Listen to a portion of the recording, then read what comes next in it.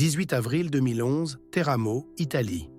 Melania Rea, 29 ans, disparaît mystérieusement après s'être rendue à une aire de jeu avec son mari et sa fille.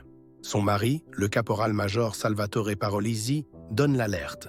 Il affirme qu'elle s'est éloignée pour aller aux toilettes et n'est jamais revenue.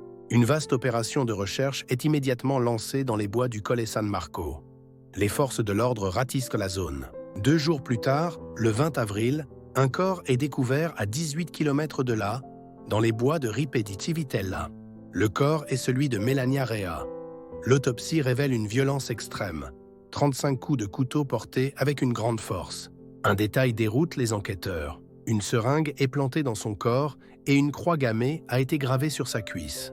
Les enquêteurs pensent immédiatement à une mise en scène macabre, destinée à brouiller les pistes et à orienter l'enquête vers un tueur inconnu. Salvatore Parolisi apparaît dans les médias en mari éploré, lançant des appels pour retrouver le meurtrier de sa femme. Cependant, les incohérences dans son récit et son alibi attirent rapidement les soupçons des carabinieri. L'analyse de son téléphone révèle une double vie. Salvatore entretenait une relation extra-conjugale avec l'une de ses élèves soldates. Cette femme, Ludovica, confirmera plus tard que Parolisi lui avait promis de quitter Melania pour commencer une nouvelle vie avec elle.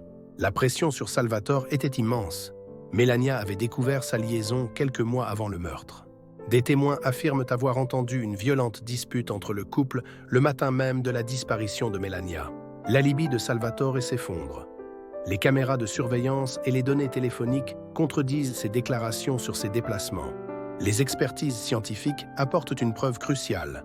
Des traces d'ADN de Salvatore sont retrouvées sous les ongles de Melania. Ces traces indiquent une lutte.